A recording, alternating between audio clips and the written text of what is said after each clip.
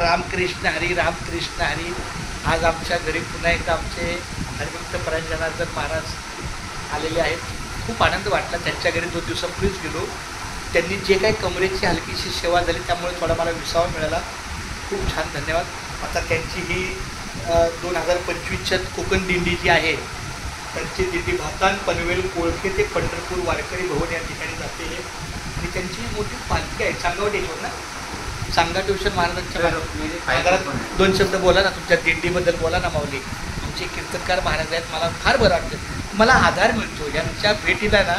त्यांच्या भेटीनंतर मला एक आधार मिळतो. तर जरा 2 शब्द सांगा ना माऊली.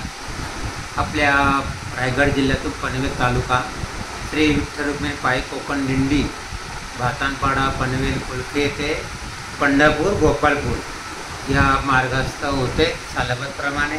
आणि दिल्लीचा जो प्रस्थानाचा कार्यक्रम आहे तो कोळक्यातून होते.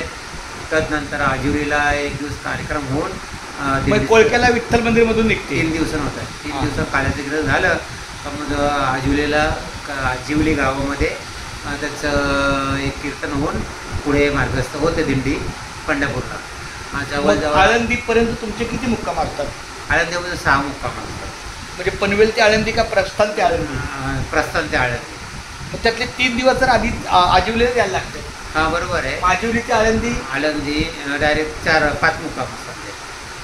तिथून पहिला मुक्काम असेल आपला चौक, दुसरा मुक्काम असेल सासगाव अकोले, तिसरा मुक्काम असेल घंटाला वलवण, चौथा मुक्काम असेल वडगाव, 5वा मुक्काम असेल देहू, तिथून मग चिखली आणि मग आळंदी.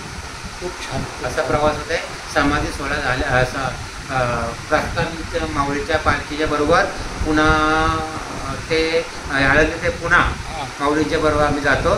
तिथून तुळशीबागेमध्ये 2 दिवस आम्ही तिथे थांबतो. खूप छान. माऊली देखील तिथे थांबतात आणि आपण देखील तुळशीबागेत तिथे थांबतो. जिबला मारुती ट्रस्टी हे आपल्या 2 दिवस तिथे जेवणाची व्यवस्था करतात.